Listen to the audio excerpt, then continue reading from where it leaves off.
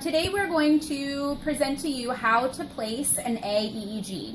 So first we've gathered all the needed supplies, which are needle electrodes, a marking pen, but please use one that's appropriate for skin, an alcohol prep pad, our measuring device, we have our ground hydrogel, and then I've gotten some tape ready just to tape our electrodes in place.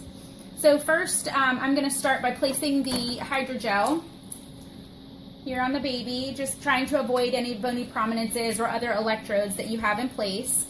And I'm going to plug it into the machine and just following the map where it tells me to plug my ground wire in.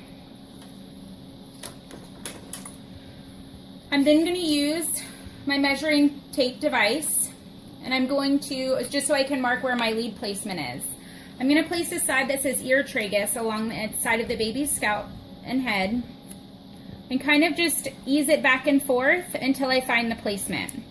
So I'm going to try to line up the same letter here at the tragus and at the mid-sagittal suture on the top of the baby's scalp. So I'll just keep sliding the tape measure until I find where they both line up. So I have B at the tragus and I have B at the mid-sagittal suture. And then the two arrows here point exactly where I will place my needle electrodes. So I'm going to mark my placement, and I'm going to repeat this on the other side, doing the same thing so I can mark my electrode placement on this side of the head as well. And then I'm going to prep the skin.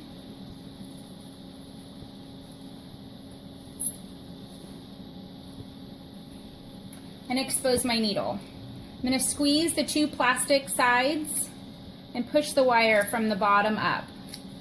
I now have the needle exposed, and I'll slide this all the way down to the bottom. The needle goes just underneath the scalp, and it'll sit just underneath the skin, and then I'll be able to tape it in place. I'll repeat on all 4 lead placements.